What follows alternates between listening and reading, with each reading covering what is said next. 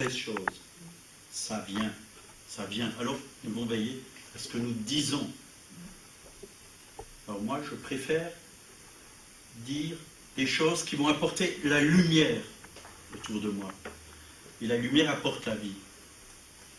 Parce que, vous voyez, il n'y avait pas de vie sur la surface de la terre. Il y avait des ténèbres. Au verset 2, il est écrit « La terre était informe et vide, et il y avait des ténèbres à la surface de l'abîme, et l'Esprit de Dieu se mouvait au-dessus des eaux. » Et bien souvent, il y a des ténèbres autour de nous. Il y a des ténèbres, il y a des gens qui sont dans le noir, dans le désespoir. Des gens qui ne sont pas éclairés.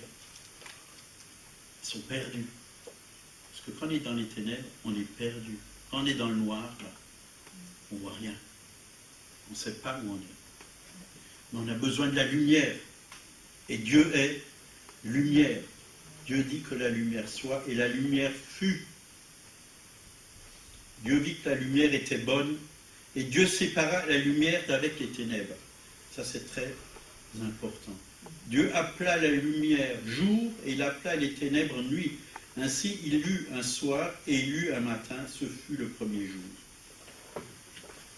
Amen. Là, il nous a dit que la lumière était bonne. La lumière, c'est bon. Vous vous rendez compte? Ça n'avait pas de lumière. Il n'y aurait pas de vie. Les plantes ne pourraient pas pousser. Il n'y aurait pas de vie. Il n'y aurait rien. La lumière était bonne. La lumière a les attributs de Dieu. Dieu est intimement lié à la lumière, tout au long de la Bible. C'est lui le créateur de toute lumière. Même la lumière, là, celle-là que vous voyez, là, c'est Dieu qui a donné l'intelligence à l'homme, pour que même la nuit il puisse voir. N'est-ce pas merveilleux? Dans le naturel. Mais la lumière que Dieu, quand Dieu a dit que la lumière soit, c'était une lumière spirituelle. C'était une lumière qui apporte la vie, qui crée. Et quand vous êtes né de nouveau, vous avez reçu Jésus. Jésus a dit « Je suis la lumière du monde ». Vous avez reçu la lumière de la vie. Vous avez été éclairé à l'intérieur, dans vos pensées, dans votre cœur. Éclairé.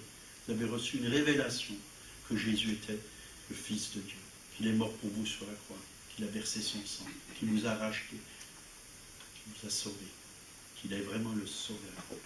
Et ça, c'est lumière spirituelle, lumière pour notre être intérieur.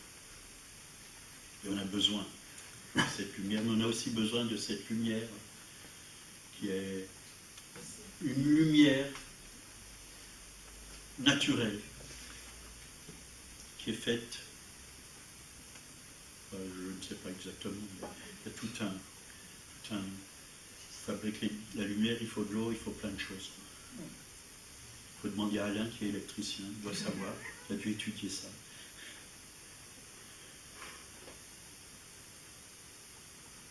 Donc Dieu est le créateur de la lumière, de toute lumière.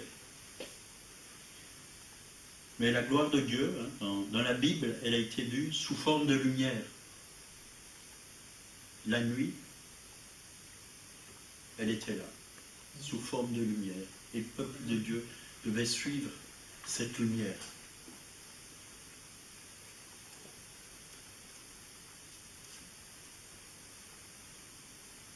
Donc, le mot hébreu pour lumière, c'est tov, traduit par bon. Le mot hébreu, plutôt, pour dire bon, c'est tov. Quand Dieu dit que la lumière était bonne, il attestait que la lumière a des attributs que sont la beauté, la bonté, la générosité, la grâce, le bonheur, la bienveillance, la joie, le plaisir, la valeur, la fertilité, la prospérité et l'indulgence. Quand il y a de la lumière quelque part, c'est formidable. Il y a de la vie. une fleur, essayez de la voir dans la nuit, vous ne voyez pas la beauté. Dans le noir, vous ne voyez pas la beauté d'une fleur, vous ne voyez pas ses couleurs, vous ne voyez rien. Vous voulez voir un chat? Vous dites que dans la nuit, tous les chats sont gris, c'est faux. Dernièrement, j'ai vu un chat en pleine nuit, il n'était pas gris, il était blanc, vous le voyez très bien. Donc tous les chats sont blancs. Bon, il y a des chats qui ne changent pas de couleur.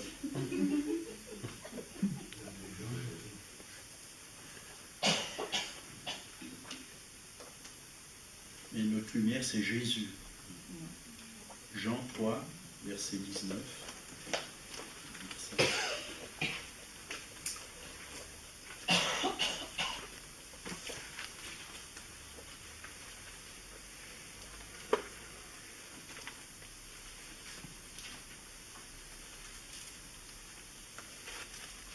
Il nous est dit,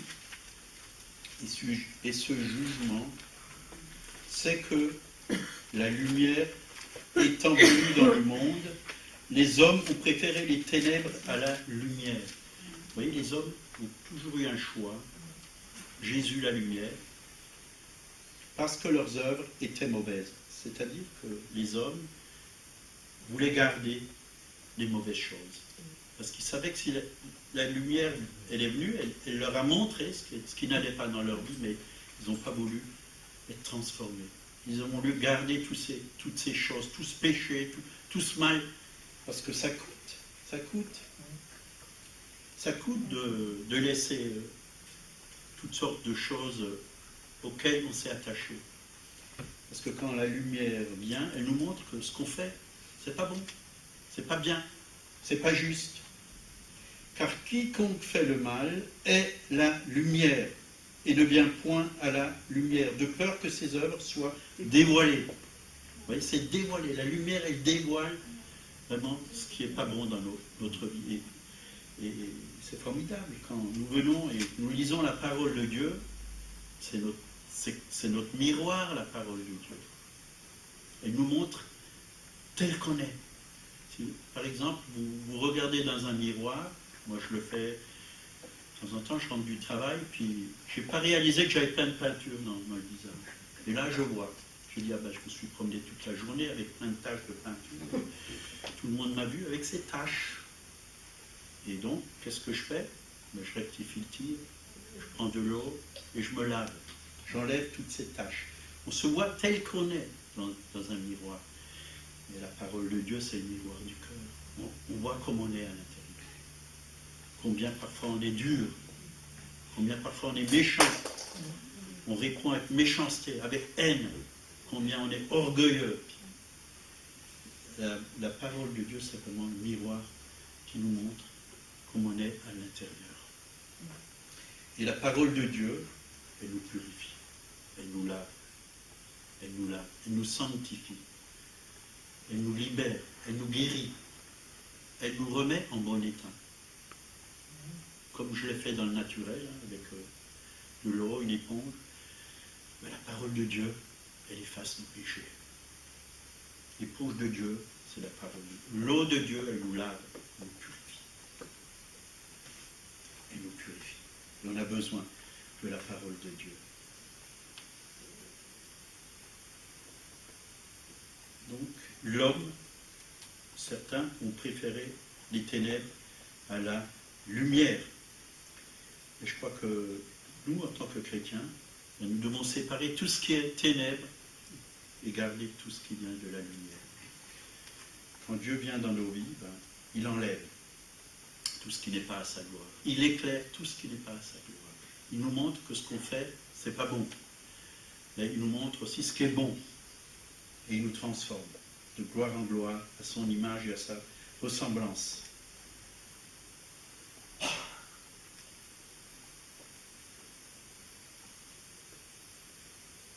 Donc il y a une différence entre la lumière et les ténèbres. La création, c'était les ténèbres. On vient de le lire. Il y avait des ténèbres sur toute la surface de la terre, sur la face de l'abîme. Et quand Dieu créa la lumière, elle triompha des ténèbres. C'est simple à voir que c'est la vérité. Vous rentrez dans une pièce noire, vous allumez la lumière, ben c'est qui triomphe? La lumière ou les ténèbres? Est-ce que le noir reste? Non, ça disparaît. Il disparaît. Et quand Jésus rentre dans votre vie, l'ennemi disparaît. Il part. Il part. Bien sûr qu'il ne faut pas le réinviter. Il cherchera toujours à revenir. Parce qu'il cherche une porte. Le diable rôde autour de vous comme un lion rugissant, cherchant qui il est. Dévorera. Donc, s'il cherche qui il peut dévorer, c'est-à-dire que parfois il a l'occasion de dévorer quelqu'un. Même s'il n'a plus de dents. Vous mange sans dents. Alors, il faut veiller. Il faut veiller. Il faut prier. Il faut rester attaché à la lumière. Il faut rester attaché à Dieu. Parce que quand la lumière est en nous, que veut faire l'ennemi? Il ne peut rien faire. Parce que la lumière est plus forte. La lumière chasse les ténèbres.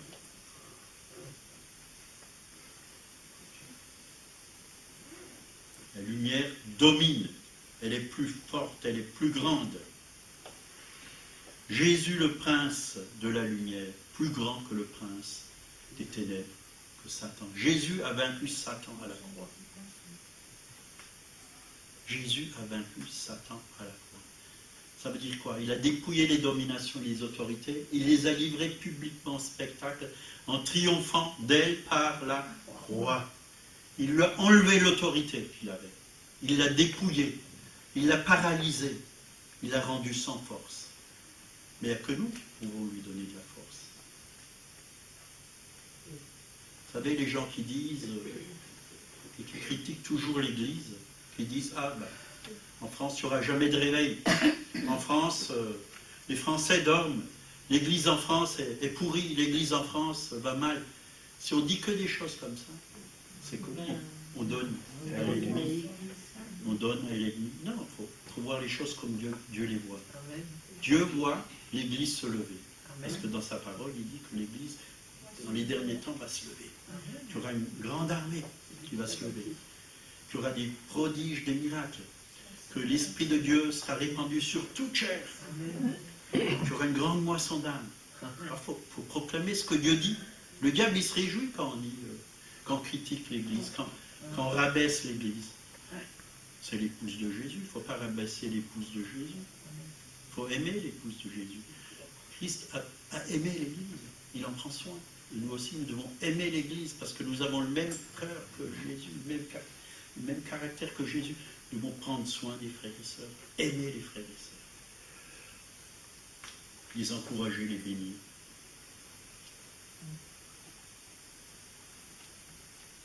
Tous ceux qui voient que des jugements sur les pays et de mauvaises choses, c'est parce qu'ils ne croient pas au réveil. Alors ils cherchent des versets, la foi du plus grand nombre se refroidira. Ils cherchent des versets qui... Bien sûr qu'il y en a qui vont se refroidir, mais il y en a aussi qui vont se lever.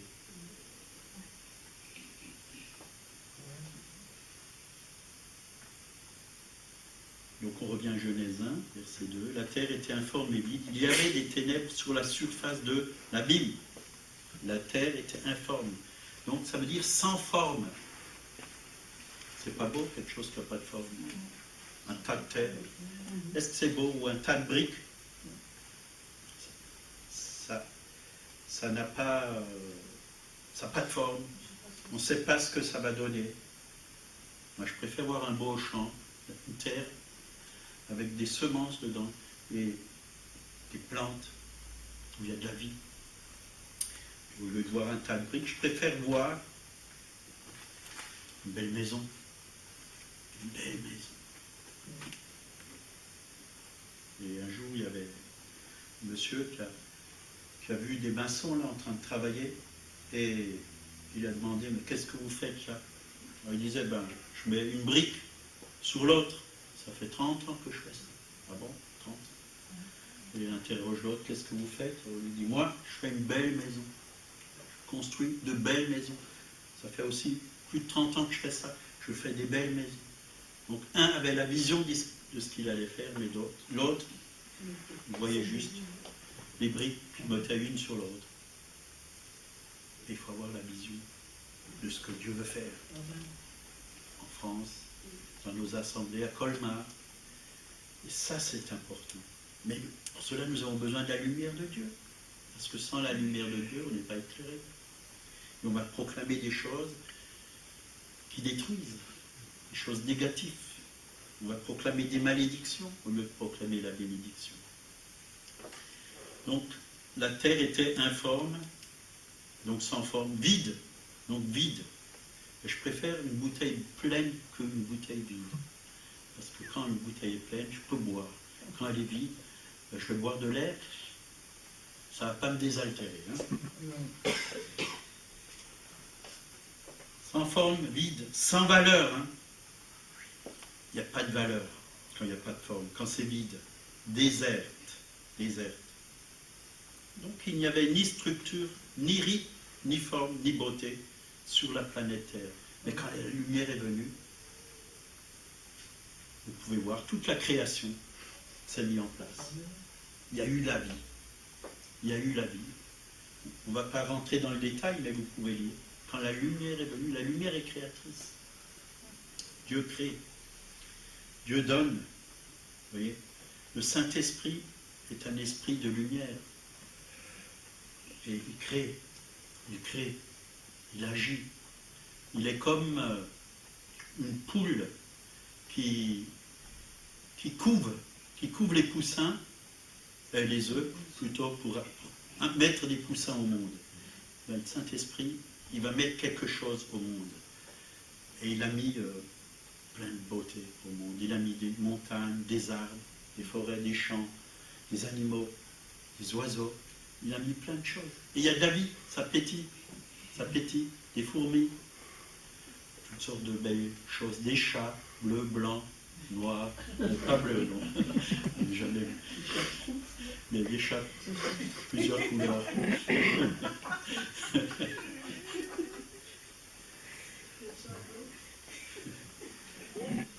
Le Saint-Esprit couvre, il couvre au-dessus des eaux. Mais dans votre vie, le Saint-Esprit, il est là. Il veut mettre quelque chose au monde. Il veut mettre quelque chose au monde, au travers de vos paroles. Et ne mettez pas de mauvaises choses au monde, hein, parce que par des paroles négatives, vous pouvez mettre de la crainte dans le cœur des autres.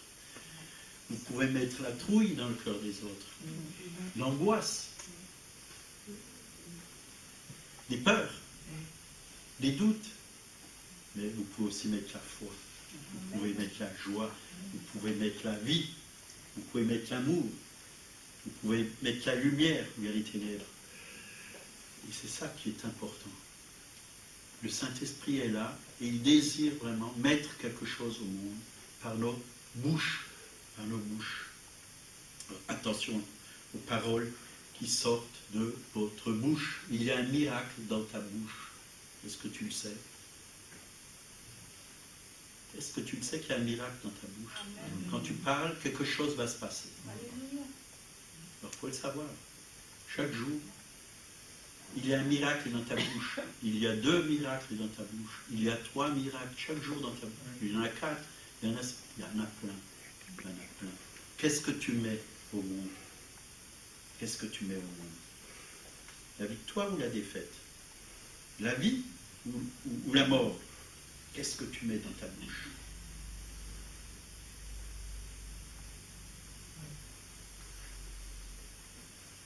Alors on va venir Jean, chapitre 1, l'évangile de Jean.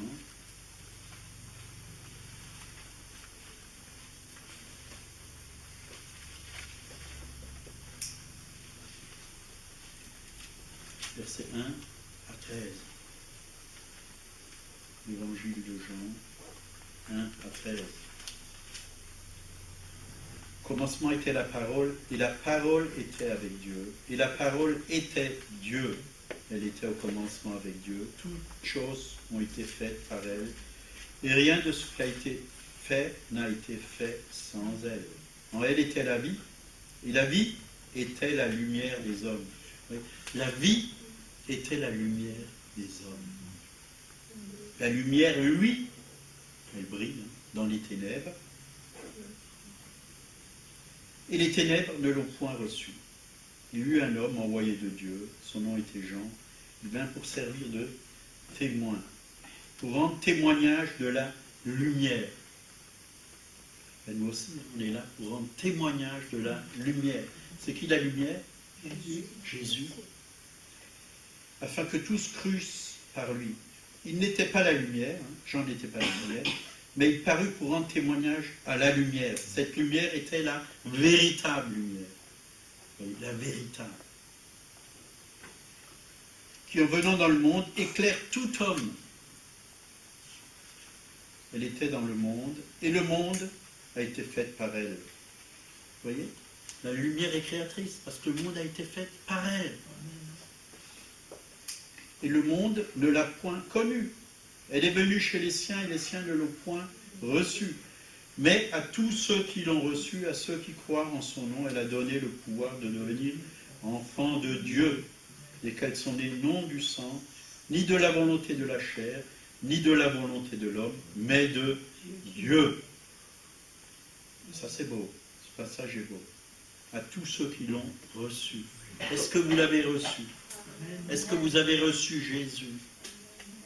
Si vous avez reçu Jésus, dites Amen. Amen. Je l'ai reçu. Donc, vous êtes devenus enfants de Dieu. Enfants de Dieu. Parce que vous êtes nés par le Saint-Esprit. Vous êtes nés de l'Esprit. Dieu vit en vous. Dieu habite en vous. Et la parole a été faite chair, elle a habité parmi nous, pleine de grâce et de vérité. Et nous en avons contemplé sa gloire. Une gloire comme la gloire du Fils unique venant du Père. On va s'arrêter. Vous voyez, il y a un lien entre la lumière et la gloire de Dieu. On va le voir plus loin dans le message.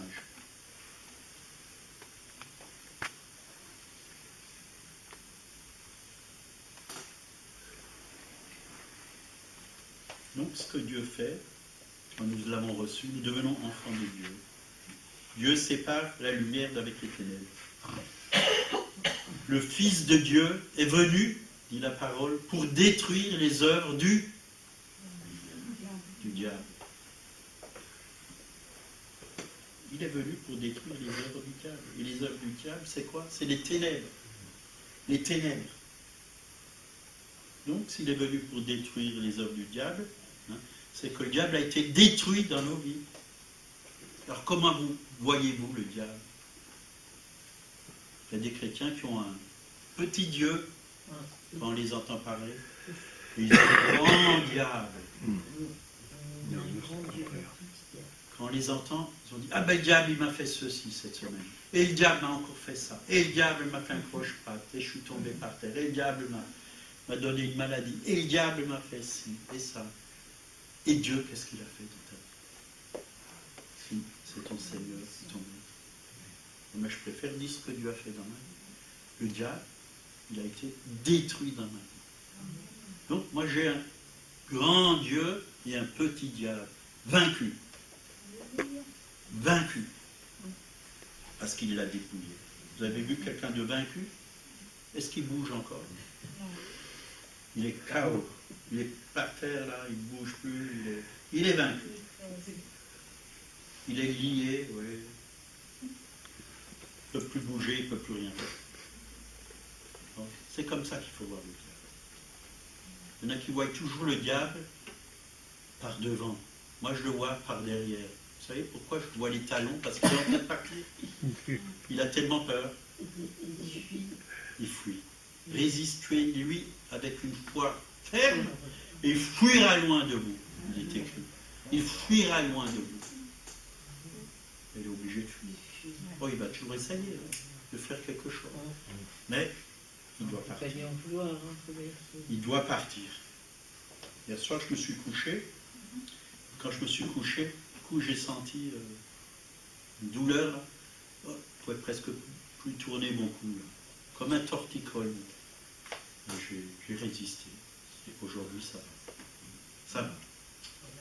Ça va très bien. J'ai résisté. On a prié, on a chassé, on a proclamé la victoire, on a proclamé que la lumière est plus forte que les ténèbres. Dans Jacques 1, verset 17, là, il nous a dit « Toute grâce excellente et tout don parfait descend d'en haut du Père des Lumières, chez lequel il n'y a ni changement ni ombre de variation. » Toute grâce excellente, oui, et tout don parfait descend d'en haut. Voilà. Dieu veut nous donner sa grâce chaque jour. Et elle est excellente. Et les dons que Dieu nous donne sont parfaits. Sont parfaits. Il n'y a ni changement ni ombre de variation. Il est le Père de la lumière, l'auteur de toute lumière.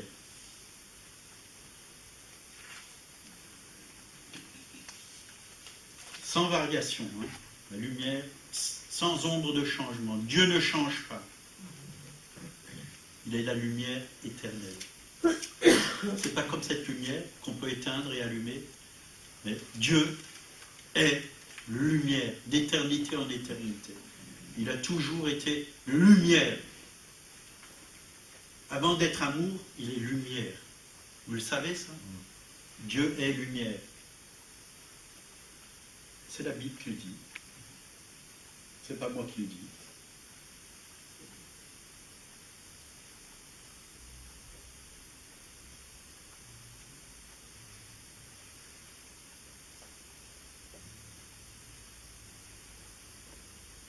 Donc cette lumière, elle est éternelle.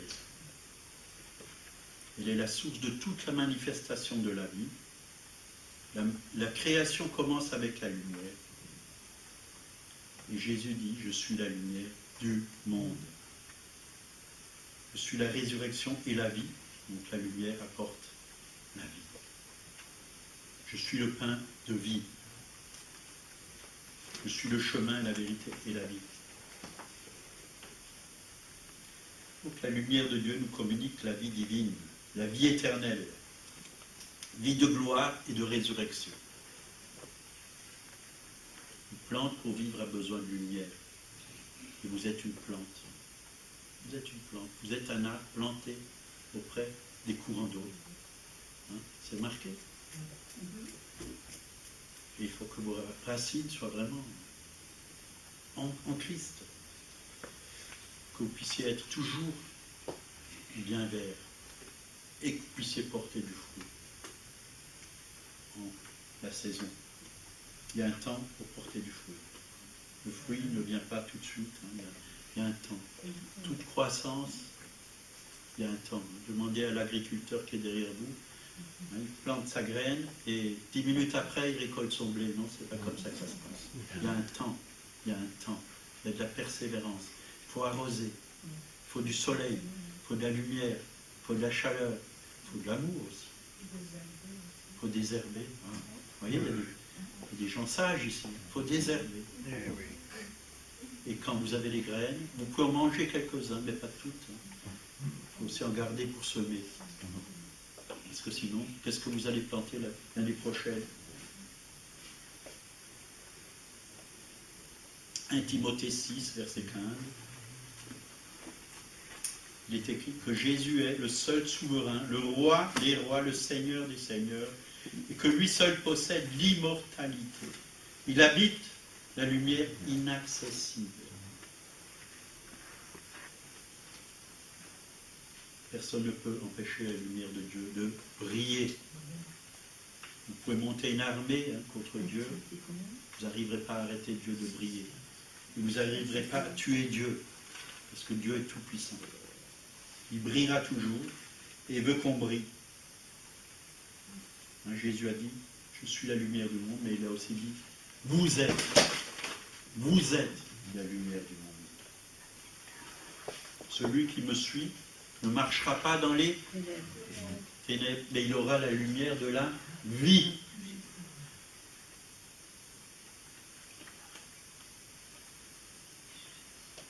Personne ne peut empêcher la lumière de Dieu de briller. Elle révèle les péchés les plus cachés. Elle transperce le cœur du pécheur. Elle convainc de pécher. Hein. Même s'il y a des choses que tu as oubliées dans ta vie, au fond de toi-même, quand la lumière profonde vient, tout est éclairé. Et quand la lumière de Dieu vient dans notre esprit, hein, on réalise que vraiment Dieu est un Dieu qui a plein de trésors. C'était caché avant, mais quand la lumière vient, la lumière du Saint-Esprit, elle nous donne la vie. Elle donne à l'homme la sagesse. Elle donne à l'homme la connaissance. Il y a des choses qu'on ne voit qu'à la lumière. Si vous allez dans un grenier, il y a un vieux tableau. Mais si dans votre grenier, vous n'avez pas la lumière, vous voyez qu'il y a un tableau, mais vous ne voyez pas ce qu'il y a dessus, quoi. Et un jour, vous mettez de la lumière, vous installez de la lumière, et si le tableau, vous voyez que c'est un tableau qui a une grande valeur, un Van Gogh. Et vous vivez dans la misère. Alors si vous prenez ce tableau, vous pouvez le faire restaurer, et vous pouvez le revendre. Vous étiez riche, mais vous ne l'avez pas su, parce que la lumière n'était pas là. Avec Dieu, on est riche. Mais on ne sait pas. On ne sait pas qui on est réellement. Beaucoup de chrétiens ne savent pas qui ils sont. Sais-tu qui tu es? Sais-tu qui tu es? C'est une question qu'il faut se poser. Sais-tu qui tu es? Moi, je sais qui je suis. Je sais que Jésus est la tête et que moi, je suis le corps. Je suis le corps de Christ. Et la même vie qui est dans la tête est en moi. La même puissance qui est dans la tête est en moi. La même gloire qui est dans la tête est en moi. Le même amour qui est dans la tête en Jésus est en moi. Parce que Jésus vit au ciel, mais son corps est sur la terre. Nous ne représentons pas seulement le corps de Christ, mais nous sommes le corps de Christ. C'est la Bible qui le dit. Nous sommes. Nous sommes. Vous avez une vie en vous, une puissance en vous, une grandeur en vous, une gloire en vous, une autorité en vous. Quand vous marchez dans la rue, c'est qui marche? C'est Jésus au travers de vous. Est-ce que vous le savez? Le diable, il doit fuir. Partout où vous allez, le diable doit fuir. Il va se cacher parce qu'il a peur. Et s'il ne veut pas se cacher, s'il veut rester, s'il veut vous faire face, ben vous avez autorité. Vous pouvez l'expulser.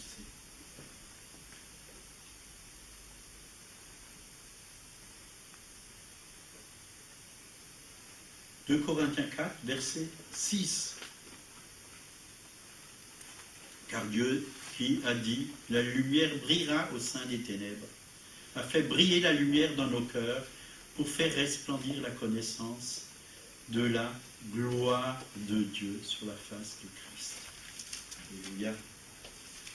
Alléluia. Il a fait briller la lumière dans nos cœurs. Et qu'est-ce qu'on apporte autour de nous? La connaissance de la gloire de Christ sur la face. Gloire de Dieu sur la face de Christ.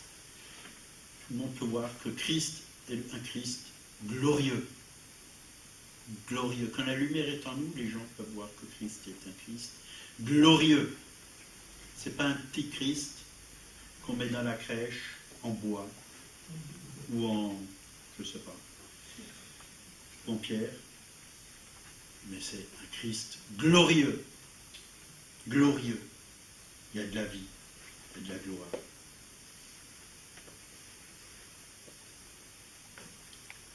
La lumière renouvelle et révèle lorsque l'évangile de Jésus-Christ brille dans nos cœurs. Nous sommes renouvelés spirituellement, physiquement et mentalement. Nous sommes vivifiés par la connaissance de Dieu. Donc Jean 8, 12, Jésus a dit, « Moi je suis la lumière du monde, celui qui me suit ne marchera point dans les ténèbres, mais il aura la lumière de la vie. » Qu'est-ce que ça veut dire? Il ne marchera pas dans les ténèbres, il ne marchera pas dans la misère. Et les ravages causés par le péché, mais aura la lumière de la vie. Zoé en grec, la vie éternelle, la vie divine, qui vient par Christ, la vie de l'esprit et de l'âme. C'est tout ce qu'il y a de plus élevé et de meilleur. C'est la vie de qualité. Hein. La vie de Dieu, c'est la vie de qualité.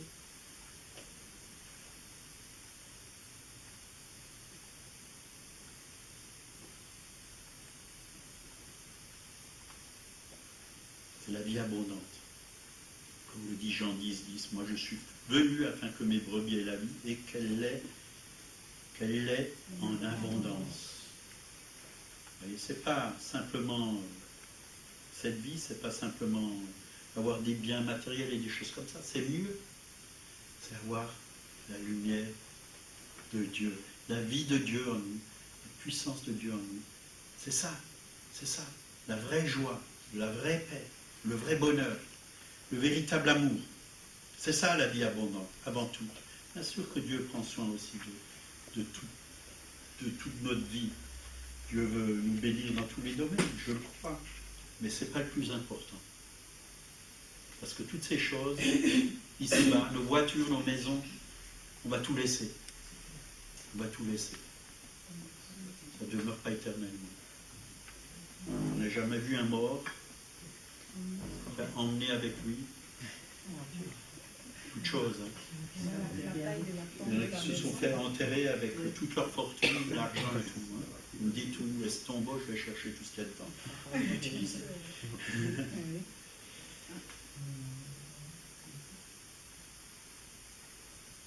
Donc, Éphésiens 5, verset 14. Hein. Il y en a qui dorment ici. Oui, j'ai vu, il y a des trucs qui tombaient là, qui s'endormaient. J'ai même entendu ronfler avant. Hein. Et ça, c'est pour toi alors. Réveille-toi, toi qui dors. Relève-toi d'entre les morts et Christ t'éclairera. Réveille-toi. Hein, d'entre les morts. On peut être mort naturellement, mais on peut aussi être mort spirituellement. Hein. Mort dans le péché. Séparé de la grâce de Dieu. L'âme séparée de la lumière et de l'Esprit de Dieu. Christ t'éclairera.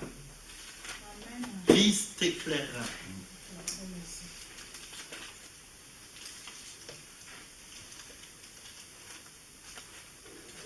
Apocalypse 21, verset 23. Et la cité n'a pas besoin de soleil, ni de la lune pour l'éclairer. Car la gloire de Dieu l'a illuminée, et l'agneau est sa lampe. Oh, ça c'est formidable. Hein. Au ciel, il n'y aura pas de soleil. Qui aime le soleil? Au ciel, il n'y en aura pas. Il n'y en aura pas. Vous serez obligé de vous en passer. Oh.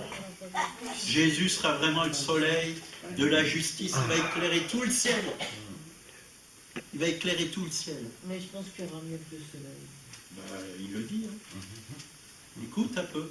Je n'en sais pas. C'est lui le soleil. On vient de le lire. Non, mais c'est pour ça que tu n'as pas besoin de dire qu'on aura mieux. Je n'en fais pas. C'est dit dans la parole. Vous voyez qu'il y a une relation entre gloire et lumière. Gloire, en grec, se dit doxa, qui veut dire aussi splendeur et luminosité. Amen. La gloire de Dieu, c'est la manifestation en Jésus-Christ. Jésus est le Seigneur de gloire. Le Seigneur de gloire. Alléluia. Mais il nous a déjà transmis sa gloire. Hein. Il le dit lui-même, hein, dans Jean 17, verset 22. Hein. Il dit, la gloire qui m'a été donnée, je vous l'ai donnée afin qu'il soit un, comme nous sommes un. Il nous l'a déjà donné. Il nous l'a déjà donné. Et ce qu'il faut, c'est enlever tout ce qui n'est pas la gloire de Dieu dans nos vies, afin que cette gloire puisse vraiment se voir dans nos vies. Enlever tout ce qui n'est pas en forme de Christ dans nos vies, afin que Christ puisse prendre forme en nous. Et il y en a des choses qui ne sont pas la gloire de Dieu dans nos vies.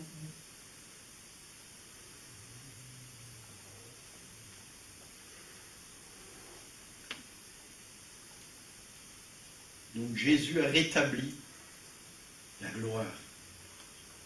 Il a rétabli en nous donnant sa vie, sa lumière, sa vie. Il a rétabli cette gloire en chacun d'entre nous. Elle nous a été donnée. Ce que Adam a perdu à cause du péché, il a été privé de la gloire de Dieu. Jésus nous l'a redonné. Et nous pouvons tout à nouveau briller. Comme Jésus a brillé, nous pouvons briller. Briller. Parce que la Bible nous appelle enfants de lumière. Vous êtes des enfants de lumière. Vous n'êtes pas des enfants de ténèbres. Notre communion est rétablie. Jésus est l'image du Dieu invisible. Il vit en nous. Nous sommes ses ambassadeurs, ses représentants. Alléluia.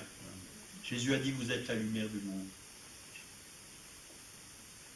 Vers qui les gens regardent pour être éclairés? Ils regardent vers nous. Vers nous. Allez une fois dans un bar. Moi, je l'ai fait plusieurs fois. J'ai fait des dizaines de fois. Vous vous asseyez au milieu de ce bar, enfin, sur une table. Vous parlez avec quelqu'un de Jésus. Et vous parlez à voix haute. Vous allez voir qu'il va y avoir un silence. Et tout le monde va vous écouter. Je l'ai fait plusieurs fois. J'ai même vu des conversions comme ça. Plusieurs fois. Les gens vont se taire, parce qu'ils vont écouter. C'est quoi ça? Quelqu'un qui parle de Dieu dans un bar. Tiens, bizarre. Il y a un curé ici. Je l'ai fait. Dans un bus, je l'ai fait. Les gens, tiens. Et quand j'allais dans le bus, il y en a qui disaient, ah, le petit Jésus arrive. Je l'ai fait. Mais quand vous commencez à parler de Jésus, le silence se fait. Et tout le monde écoute. Tout le monde écoute. Donc, Dieu veut que nous éclairons ceux qui sont dans les ténèbres. Il veut toucher le monde. Il veut sauver le monde. Il nous appelle à être ses témoins. Alors, nous devons travailler tant qu'il fait jour. Parce que la nuit vient où personne ne pourra travailler. Personne ne pourra travailler. Maintenant qu'il fait jour, maintenant qu'on a encore cette liberté d'apporter l'évangile, allons-y. Ce mois d'août, nous allons aller dans les rues. Allons-y. Allons-y, mais pas seulement ensemble, vous pouvez faire autour de vous. Vous pouvez témoigner partout où vous allez, où Dieu vous place. Vous pouvez être cette lumière, vous pouvez rayonner, vous pouvez donner une parole de vie. N'hésitez pas. N'ayez pas peur. Celui qui est en vous est plus grand que celui qui est dans le monde. Amen. Amen. Seigneur, merci pour ta parole qui a été semée ce matin dans le cœur de mes frères et sœurs. Qu'elle porte du fruit. Que nous puissions réaliser que nous sommes des enfants de lumière. Nous avons reçu ta lumière et que cette lumière est vraiment précieuse dans nos vies, Seigneur. Nous voulons marcher dans la lumière et vivre dans la lumière.